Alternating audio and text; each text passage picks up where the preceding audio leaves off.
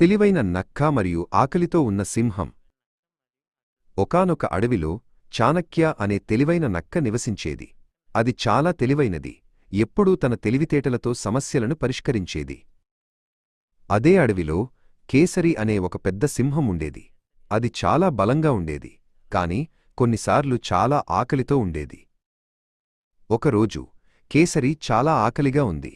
అది అడవిలో ఆహారం కోసం వెతుకుతూ చివరకు చాణక్యను చూసింది. నక్కా, నువ్వు నా భోజనమవుతావు అని గర్జించింది. చాణక్య భయపడలేదు. అది వెంటనే ఒక ఉపాయం ఆలోచించింది. ఓ గొప్ప సింహరాజా, నేను మీ ఆకలిని తీర్చగలను, కాని నాకొక ముఖ్యమైన పని ఉంది అంది చాణక్య. కేసరి ఆశ్చర్యపోయింది. ఏం పని? త్వరగా చెప్పు అని అడిగింది. చాణక్య ఇలా చెప్పింది. అడవిలో ఒక పెద్ద రాక్షసుడు వచ్చాడు. అతను చాలా ప్రమాదకరమైనవాడు. అతను అడవిలోని అన్ని జంతువులను తినేస్తున్నాడు. నేను అతన్ని ఆపడానికి వెళుతున్నాను. కేసరి నవ్వింది. రాక్షసుడా, నేను అడవికి రాజును. నాకంటే బలమైనవాడు ఎవరూ లేరు. నాకు ఆ రాక్షసుడిని చూపించు, నేను అతన్ని ఓడిస్తాను అని గర్వంగా చెప్పింది. చాణక్య కేసరిని ఒక పాత, లోతైన బావి దగ్గరకు తీసుకెళ్ళింది.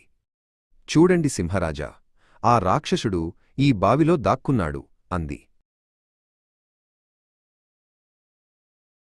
కేసరి బావిలోకి తొంగిచూసింది. నీటిలో దాని ప్రతిబింబాన్ని చూసి అది మరొక సింహం అనుకుంది. అది గట్టిగా గర్జించింది. బావిలో నుండి కూడా గర్జన వినిపించింది. దాని ప్రతిధ్వని.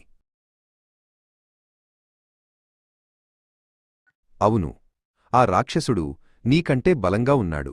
అతను నీలాగే గర్జిస్తున్నాడు అని చాణక్య అంది.